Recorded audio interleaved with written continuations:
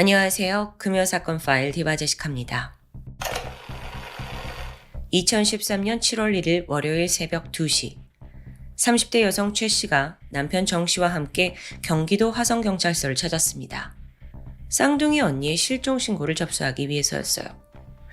언니와 마지막으로 연락을 한 건 5일 전인 26일 오후 1시 40분쯤이었죠. 이때 언니가 나 30일까지 잠시 여행을 다녀올게 라는 짧은 문자를 남겼는데요. 그 이후엔 아무런 연락이 없는 상황입니다. 바로 언니한테 전화 걸었지만 핸드폰은 꺼져 있었어요. 근데 동시에 언니의 흰색 벤츠 차량도 사라졌습니다. 그래서 처음에 동생은 언니가 차를 몰고 여행을 갔구나 라고 생각을 했고 일단 돌아오기를 계속 기다렸죠. 하지만 약속한 6월 30일 결국 최 씨는 집에 돌아오지 않았습니다. 근데 핸드폰은 여전히 꺼져 있어요.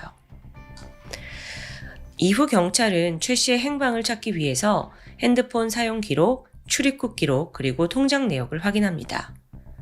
해외로 나간 건 아니었는데 그렇다고 카드를 쓰거나 돈을 출금한 기록도 전혀 없습니다. 사실 그녀는 사라지기 5일 전에 동생과 함께 운영하던 상가를 정리했습니다. 실종 이틀 전에 권리금으로 4천만 원을 입금받아요. 즉 꽤 거액이 들어온 시점에서 실종된 거죠. 그렇게 그녀의 핸드폰 기록을 추적하던 중에 여행 간다고 문자한 다음 날인 27일 날 아침에 이 핸드폰이 한번 켜졌었네? 확인됩니다. 그녀가 남자친구에게 문자를 보낸 거예요. 그 당시 최 씨가요, 4개월째 교제 중인 남자친구가 있었거든요. 그래서 일단 경찰은 그 마지막으로 연락을 받은 남자친구를 찾아가게 되죠. 그랬더니 그 또한 최 씨와 연락이 끊겼다. 나도 지금 걱정 중이다. 라는 겁니다. 그러면서 뜻밖의 이야기를 꺼냈는데 27일 아침에 받은 그 문자가 좀 이상했다는 거예요. 평소 여자친구는 좀 애교 섞인 말투를 사용하고 마침표를 2개씩 찍는 습관이 있어요. 근데 마지막 문자는 평소와 전혀 다른 말투였죠. 그럼 이거 혹시 타인이 보낸 거 아니야? 동시에 그날 오전에 이미 최 씨는 신변에 문제가 있었을 가능성도 높아 보입니다. 한편 경찰은 그녀의 차량에 주목해요. 행적을 추적해 나갔죠. 그랬더니 실종된 26일 낮 12시 27분, 그러니까 문자를 보내기 전입니다. 그때 자택 인근 고속도로 CCTV에서 그녀의 차량이 포착된 겁니다. 근데 문제는 그 운전석에 최 씨가 아닌 다른 남성이 앉아있더라고요. 되려 조수석은 그냥 비어있었고요. 아니 그럼 최 씨는 어디로 간 걸까요? 여러 의문이 들던 그때 경찰은 CCTV 속 남성의 체격이 유달리 좀 크다는 걸 알게 돼요. 일반적으로 CCTV에는 운전자가 앉아있는 이 차 시트가 함께 찍히잖아요. 근데 시트가 보이지 않을 정도로 이 남성이 큰 키와 체격을 가지고 있었던 거죠. 자, 여기까지 밝혀냈고 계속 차량을 추적하던 중에 하루 만에 또다시 운전자가 바뀌게 됐다는 걸 알게 됩니다. 실종 다음 날인 27일 저녁 7시 26분, 이 최 씨 차량이 집에서 15km 정도 떨어진 화성 시내의 공영 주차장으로 들어간 거예요. 그리고 나서 8시간 후인 28일 새벽 2시 15분에 이 주차장을 떠났거든요. 근데 이때 또 다른 남성 운전자가 찍혀 있습니다. 이번에는 흰색 티셔츠를 입고 전날과 달리 호리호리한 체격의 그런 남성이 신용카드로 주차비 결제하고 떠나더라고요. 경찰이 즉각 신용카드 조회해서 신원을 빠르게 파악했죠. 그는 20대 남성 A씨였습니다. 아니 근데 최 씨와는 전혀 일면식도 없는 관계예요. 더 정확히 그는 중고차 매장 직원이었어요. 알고 보니까 27일입니다. 중고차 사장이던 B씨가 누군가한테 돈을 빌려주고 그 담보로 이 최 씨의 벤츠 차량을 받게 되면서 직원이 가서 차를 픽업해 온 상황이었죠. 바로 경찰이 중고차 사장 B씨를 찾아갑니다. 자초지종을 파악했는데 이 사장 B씨에 따르면요. 지인이 1,200만 원이 좀 급하게 필요하다면서 벤츠를 담보로 맡겼대요. 그래서 자기가 600만 원은 현금으로 주고 나머지 돈은 계좌이체로 보냈다고 합니다. 대신에 7월까지 이 돈을 갚지 못하면 이 벤츠 차량의 명의를 넘기는 조건이었어요. 근데 이 진술을 하다가 사장 B씨가 또 의미심장한 이야기를 했죠. 사실 경찰이 도착하기 전에 지인한테 전화가 왔었대요. 근데 뭐라고 했냐면 상당히 초조한 목소리로 야, 내가 준 차 그거 있잖아. 며칠은 쓰지 마. 그냥 숨겨도 어디 구석에 처박아 두던가. 야, 그래. 천으로 그냥 덮어둬라. 뭔가 숨기려는 의도가 다분하죠. 그 중고차 사장 B씨가요, 경찰한테 자, 이게 내가 받은 차용증이다. 이게 내가 한 통장 내역이다. 다 공개를 했어요. 그랬더니 이 차용증이 6월 26일 날 작성되어 있더라고요. 이게 최 씨가 실종된 당일이죠. 게다가 이 차용증에요. 벤츠, 가로 열고 처형의 차량이라고 분명히 적혀 있습니다. 즉 차를 판 남성이 앞서 경찰에 실종신고 접수하러 왔던 피해자 동생의 남편 제부 정씨였던 겁니다. 그리고요, 이 돈 있잖아요. 아까 중고차 딜러가 계좌 이체했다는 돈, 그것도 정씨에게 이체된 게 모두 확인됐어요. 이 사람이었던 거야. 근데요, 이 용의자를 파악한 경찰이 경악을 금치 못합니다. 왜냐하면 그의 이름 석자는 2000년대 농구를 좋아하는 사람이라면 절대 모를 수 없는 이름이었습니다. 과거 농구 유망주로 이름을 날리면서 2000년 말레이시아에서 열린 국제농구대회에서 한국을 우승으로 이끈 주역 정상헌. 그가 바로 차량을 팔아넘긴 제부 정씨였던 겁니다. 여러분, 잠시 모르는 분들이 있을 것 같아서 정상헌에 대해서 좀 알아보면 그는 키 192cm에 타고난 스피드, 압도적인 슈팅 능력까지 갖춘 천재 포인트가드로 불렸습니다. 근데 이런 재능과는 반대로 행실은 그닥 좋지 못했어요. 훈련을 수시로 빼먹었고요. 틈만 나면 외박에 술과 담배까지 즐겼습니다. 농구 선수라고 보기 어려울 정도로 자유분방하고 통제불능이었죠. 심지어 몸무게가 100kg가 넘을 때까지 방치하면서 자기관리에 실패합니다. 당시 정상헌은 고려대 농구팀에 소속되어 있었습니다. 근데 워낙 불성실한 태도를 계속 보이니까 같은 팀에서 평판이 좋지 않았어요. 팀 내 인간관계가 이렇게 막 악화되니까 감독도 다그치고 화를 내고, 근데 달라지는 게 없습니다. 애초에 정상헌은 농구를 오래 할 생각이 아니었던 것 같아요. 결국 3학년 때 자퇴를 하면서 선수 생활을 그냥 청산하고자 했죠. 하지만 이때 그의 재능을 아깝게 여긴 몇몇 구단이 손을 내밀게 돼요. 그리고 2005년 정상헌은 프로 무대 코트로 복귀하게 되죠. 대구 오리온스에서 신인 드래프트로 입단을 하게 되는데 그가 바뀌었을까요? 아니었어요. 여전히 불성실합니다. 훈련 안 나오고 농구 코트보다 술집에서 보내는 시간이 더 많아요. 한 번은 저 훈련 도중에 부상 입었어요 하고 3주간 무단으로 잠적해버렸습니다. 정상헌 하나 때문에 팀 내 사기도 저하되면서 구단은 그를 문제아로 점찍었죠. 아무리 천재적인 재능이라고 해도 더 이상은 부인할 수 없었고요. 결국 입단한 지 7개월 만에 구단은 그를 방출합니다. 그러다 2006년 정상헌은 울산 모비스로 이적을 해요. 선수 활동을 이어가는데 그때 좀 열심히 한 건지 다음 해 울산 모비스는 시즌 우승을 거머쥐었습니다. 이걸 보면서 정상헌이 재능 하나는 확실했다라고 평가하시는 분들도 있어요. 그 와중에 정상헌은 2007년 3년간 연애한 1살 연상의 연인 최 씨와 결혼합니다. 앞서 실종된 피해자의 동생이죠. 그의 선수 생활과 결혼 생활 이어가지만 여전히 유흥을 얼마나 좋아하는지 자기 관리도 훈련도 너무 소홀합니다. 구단은 이런 걸 진짜 참고 참다가 결국 칼을 빼들어요. 2009년에 그의 농구 생활은 불명예스럽게 막을 내렸습니다. 그리고 그때로부터 4년이 지난 2013년 오늘 사건의 살인 용의자가 된 겁니다. 최 씨가 실종된 지 6일 만인 7월 2일 경찰은 참고인 조사 명목으로 정상헌을 소환했습니다. 하지만 그는 처형의 차를 운전한 적조차 없다 라고 말해요. 아, 그래요? 그래서 경찰이 그 집 주변에 찍힌 CCTV 그리고 중고차 딜러가 돈을 보낸 계좌이체 내역을 들이밀었죠. 너무도 확실한 증거잖아요. 그러자 정상원이 급히 말을 바꾸는데요.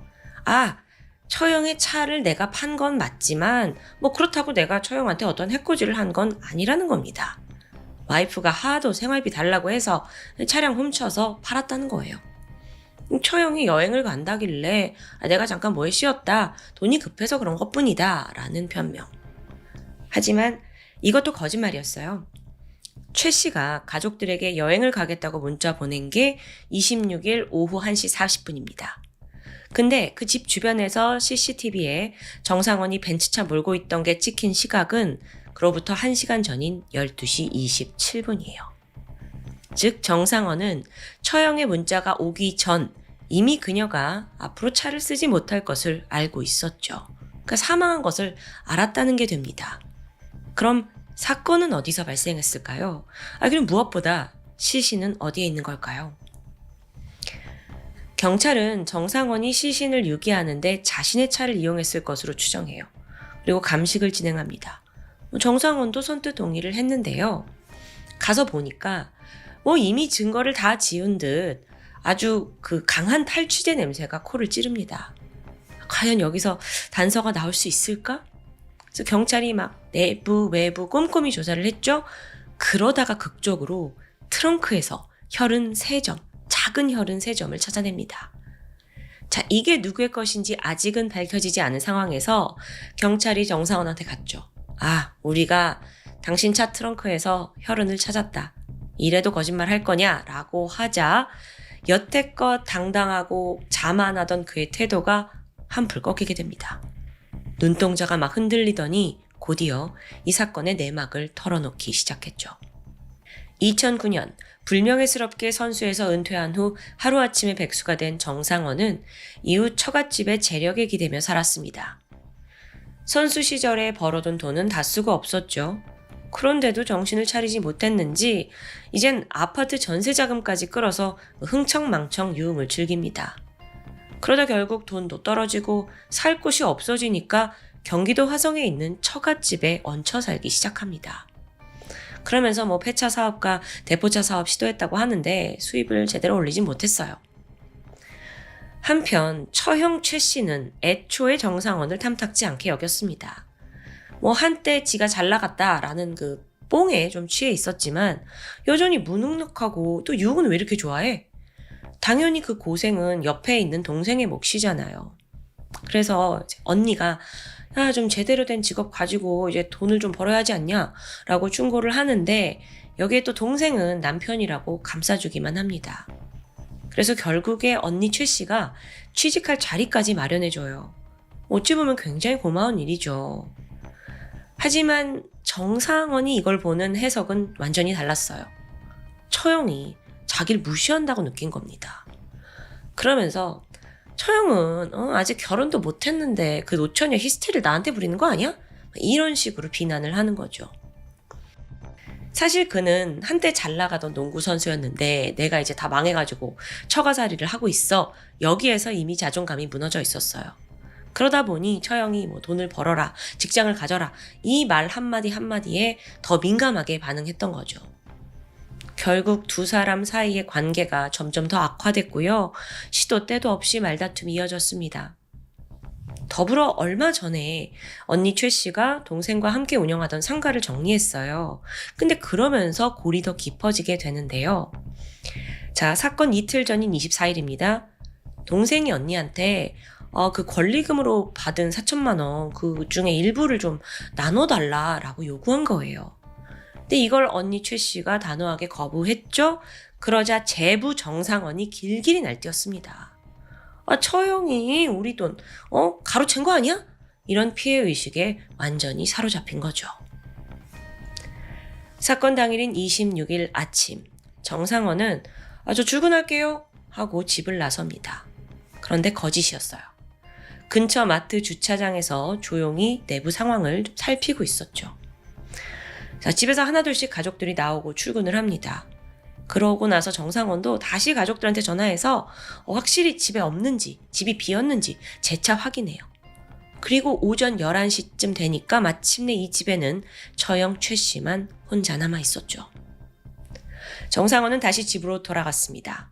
그리고 마주친 처형에게 돈 나눠달라 거칠게 항의합니다. 처형도 쉽게 물러서지 않았죠. 이게 왜 니네 돈이냐 하면서요. 그 두 사람 사이의 언쟁이 점점 높아지다가 그러던 중 이제 분노가 폭발한 최 씨가 이렇게 말합니다. 야, 내가 너 같은 새끼 만날까봐 내가 그래서 결혼 안 하는 거야. 이 말에 정상원은 격분했어요. 나 같은 새끼?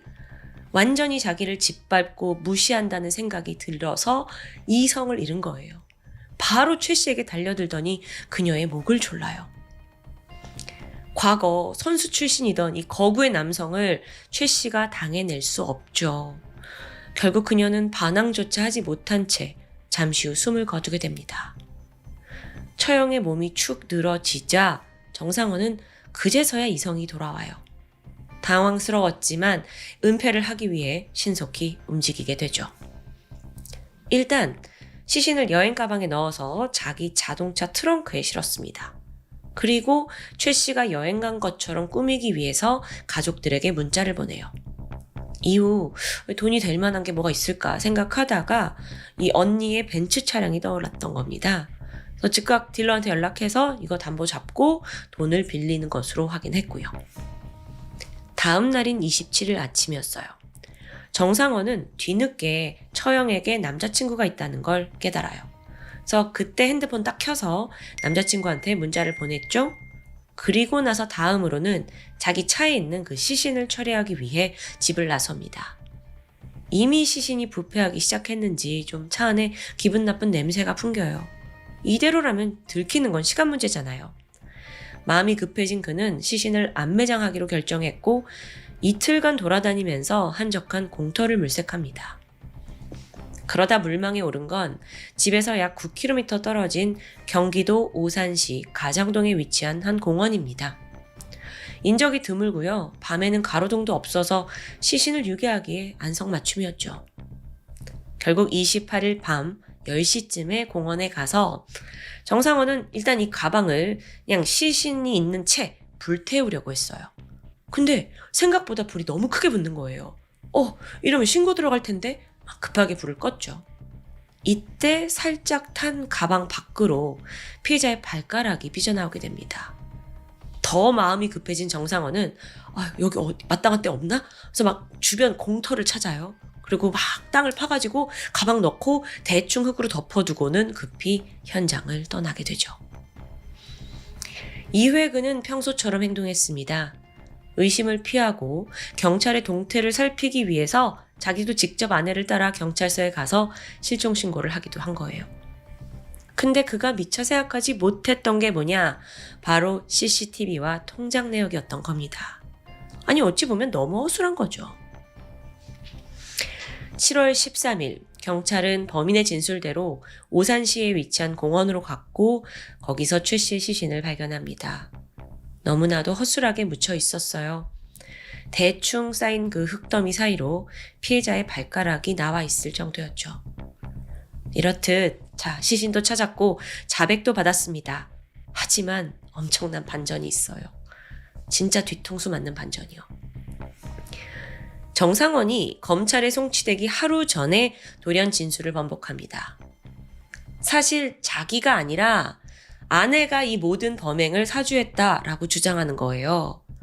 평소에도 돈 문제로 자매 간의 사이가 좋지 않았는데 아내가 부탁을 해서 자신은 처형을 살해한 것뿐이다 라면서 애꿎은 아내한테 죄를 뒤집어 씌우는 겁니다. 지금 언니를 잃은 슬픔에 빠져 있는 아내인데 남편이 이렇게 증언하게 되면서 그녀 또한 경찰 조사를 받아야 했죠. 거짓말 탐지기까지 받으면서 결백을 주장했고요. 당연하게도요. 그녀가 범행을 사주했다고 볼 증거는 없어요. 아니 차량을 판 돈이 아내에게 입금되지도 않았고요. 다 지가 먹었잖아요. 결국 이 모든 건 정상원의 단독 범행이라는 게 밝혀지죠.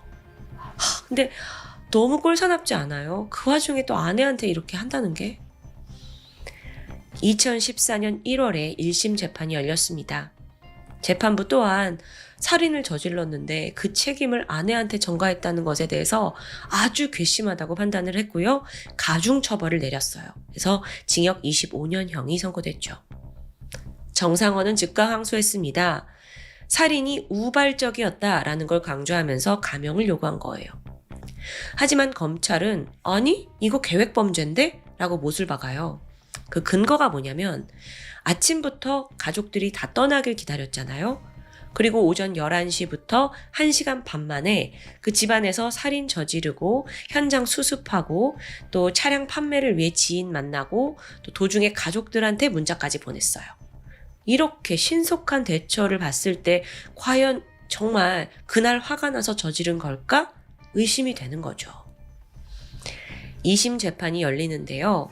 이때 재판부는 정상원이 살인을 저지르고 나서 유기를 하기까지 이틀이 걸렸다는 점에 주목했습니다. 이게 만약 계획살인이었다면 유기할 장소를 미리 찾아두지 않았을까라고 본 거예요. 그러면서 이건 우발적 범행이다라는 게 인정됐고요. 형량은 20년형으로 감형됩니다. 정상원은 또 억울하다면서 상고심을 신청했지만 대법원은 20년형의 2심 판결을 확정했습니다. 그렇게 정상원은 현재 국내 교도소에 복역 중입니다.